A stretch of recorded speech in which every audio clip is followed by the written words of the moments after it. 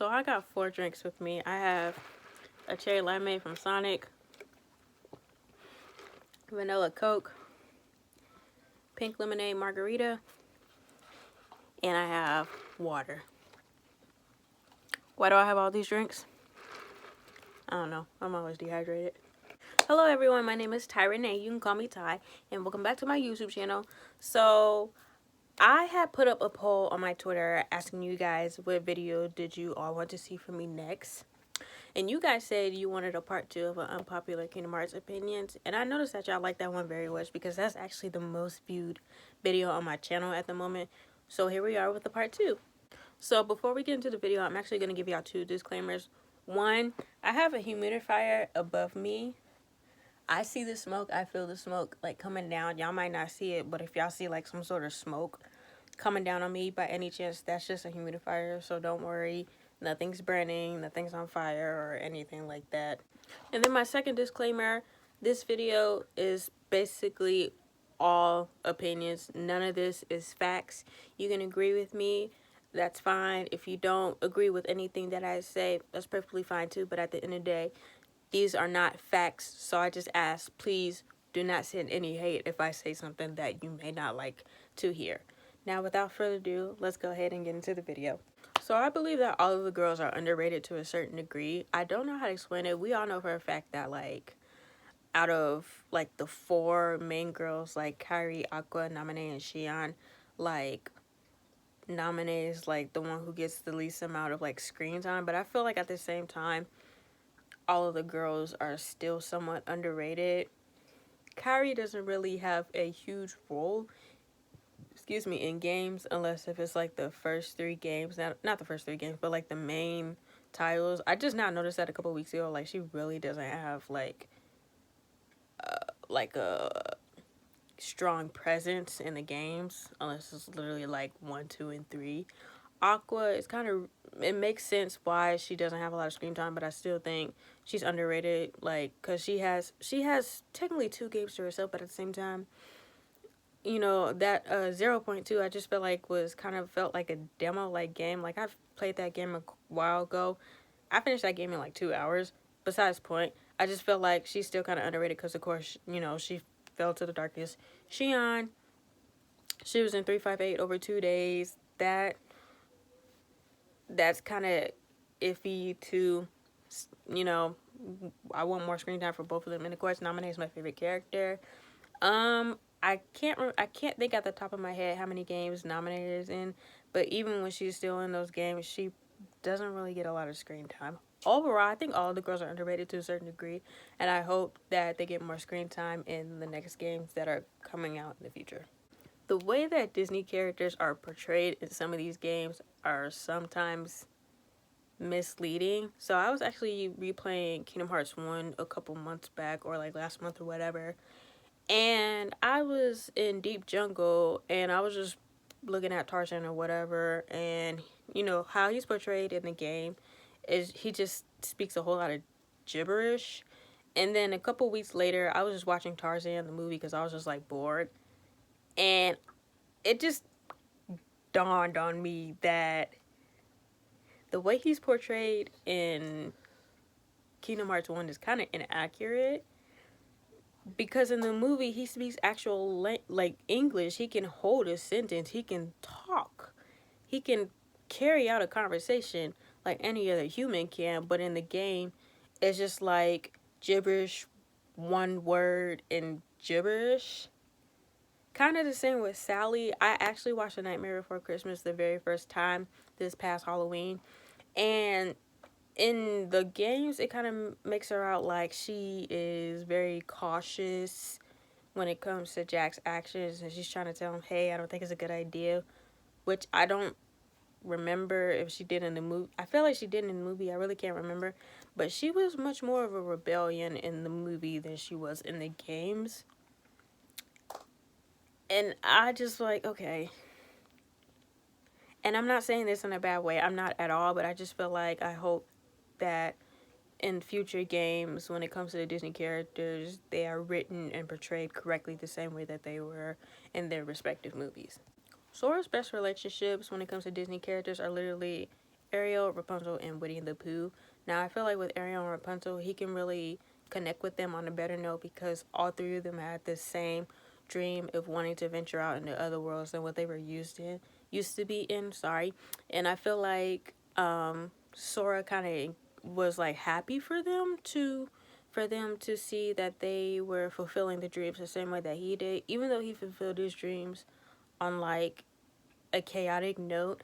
He still, was able to meet them and see their dreams come true. And with Winnie the Pooh, I feel like in part two, Kingdom Hearts 2, their relationship was really at its best because for some reason, Winnie was just like the sweetest to Sora after his memory came back to him, and Sora was very comforting. He never got mad at Pooh because he forgot. He was patient, although he was sad. He was very patient, and at the end, he remembered him, and then their relationship came like back to what it was in the first game.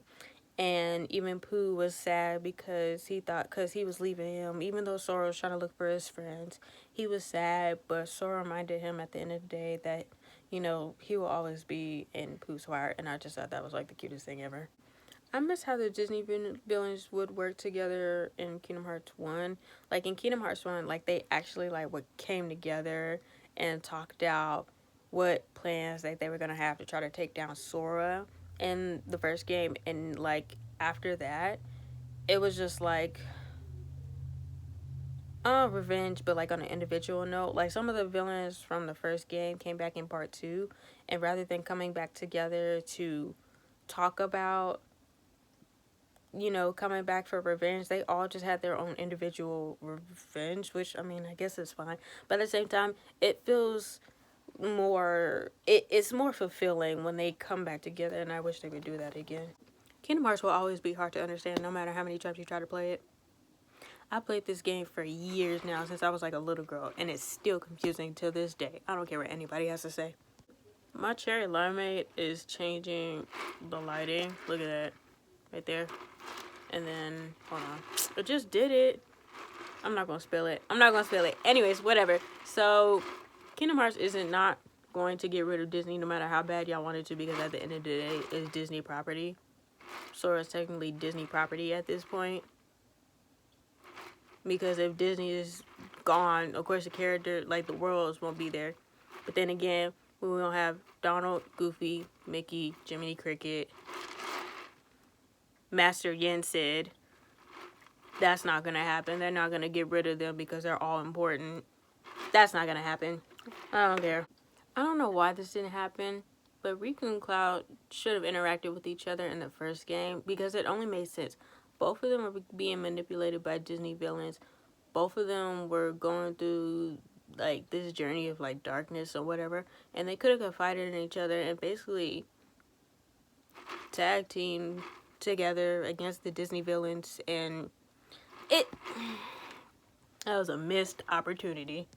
So when Terra and Aqua find out the truth about Ben's past, I don't think they're gonna take that lightly. I don't know. I feel like that's not going to be taken lightly. Like, they're not mean to him. They're, like, very sweet to them. They're all kind to each other as friends. And even the other trios, they're all nice to each other. But I just feel like when they find out that their friend is, like, from the past and way older than them and technically kind of killed somebody, I don't think they're going to take that well. I don't know. I don't think they're going to... I don't know. We need a backstory on why Master Yin said can wield a Keyblade and like why he like retired and things of that sort. That, and I think he's suspicious. Very, very suspicious. I feel like he's so quick to like tell people what to do and stuff.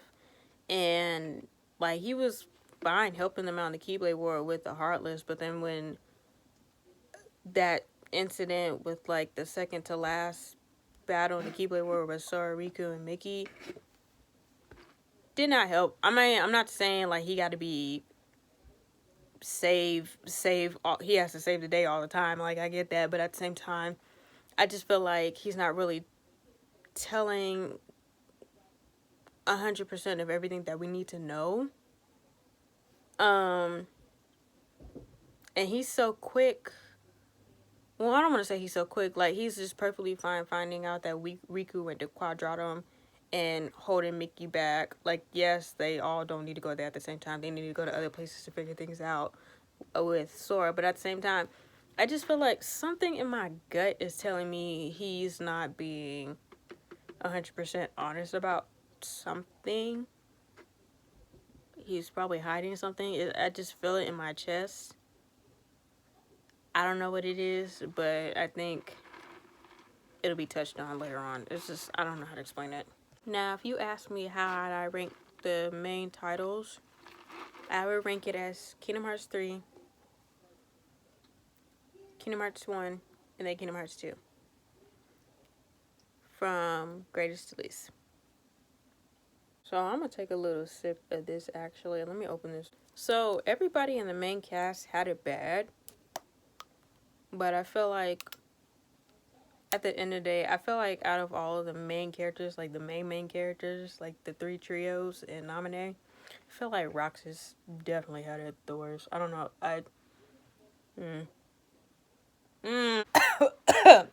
That was disgusting. I literally took a little sip.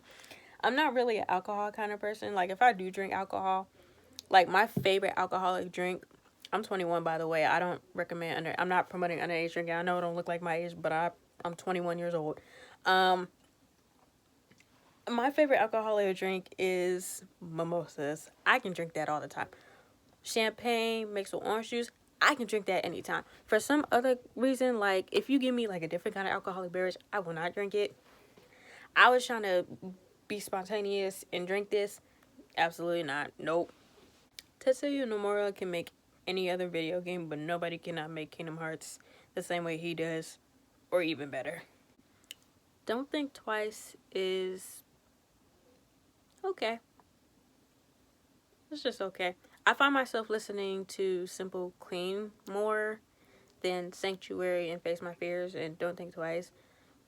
But if you ask me which one I listen to the least, is literally Don't Think Twice. Like, if I could put them in order, the ones I listen to the most and the ones I listen to the least, it would be Simple Clean, Face My Fears, Sanctuary, and then Don't Think Twice. Don't Think Twice is just okay. It's not bad, but it's not my favorite. It's just okay.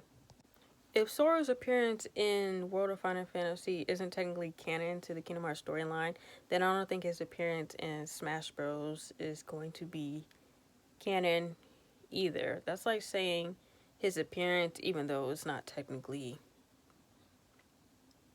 I don't know how to explain that. That's like saying his appearance in Robot Chicken, traumatized by that completely, would be canon to the storyline. I don't think it's going to be canon. I don't think it's going to be canon, and it's not to say, like, those games or that show is irrelevant to the storyline, but I just think it's just one of those things, like, you know, if you make a special appearance, you make a special appearance. That's what everybody asks for, but I don't think it's going to be equivalent to his whole storyline with him being in Quadratum and everybody else going to save him. I don't think, it just doesn't make sense why Smash Bros. Would be canon and somehow tie into the story of the second phase of Kingdom Hearts. It doesn't make sense to me. And last but not least, the Raya Hope remix of Simple and Clean deserves so much better. I love Simple Clean a lot. I listen to that song like every single day. I actually went on Twitter and I talked about how beautiful that song is, because for it to come out 20 years ago, like the lyrics, the vocals, the production of that song, it sounds like it just came out in recent times, and I listen to that song literally like all the time. I've never gotten tired of that song, and for it to be 20 years old, it's a beautiful song. Like, usually if I listen to a song that came out recently, like, I would listen to it for like a couple days or so, then get tired of it. But this song never gets tired of it. But I do believe that the Ray of Hope remix using 0.2 deserves so much better, and I just feel like it should have been used like on multiple occasions outside of being the intro for that game. And yeah, I'm not saying that the other remix, the techno remix, is bad. I like that one. That one's cool too. I actually like the original version of Simple Clean more than both of the remixes. But at the day, if if it could happen if we ever get like more like simple, clean like intros and stuff for the future games. I just wish that they would use the radio remix more rather than the techno remix, because the techno remix gets a lot more attention, and I just think it would be cool to have the radio remix into future games more. So this little alcoholic drink I bought it from like a liquor store across the street from my house. It was like $1.19, and I'm glad it only cost $1.19 because that was disgusting. So I'm gonna drink it down with a little bit of water. So that's actually going to be the conclusion of today's video. Did you guys agree with anything I said? Did you guys disagree with anything I said? What are your own unpopular opinions on anything Kingdom Hearts related? Please don't forget to like, comment, subscribe, and share. Follow me on all of my social media. I made a new Instagram account. I deleted my old one, so I made a new one. So please follow me on that one. I follow everybody back. Please follow me on Twitter, Archive of Our Own, Pinterest. I feel like I'm making something. TikTok, yeah. Alright, so I will actually see you guys in the next video. You guys have a good day or night whenever you're watching this, and I will see you guys in the next one. Bye.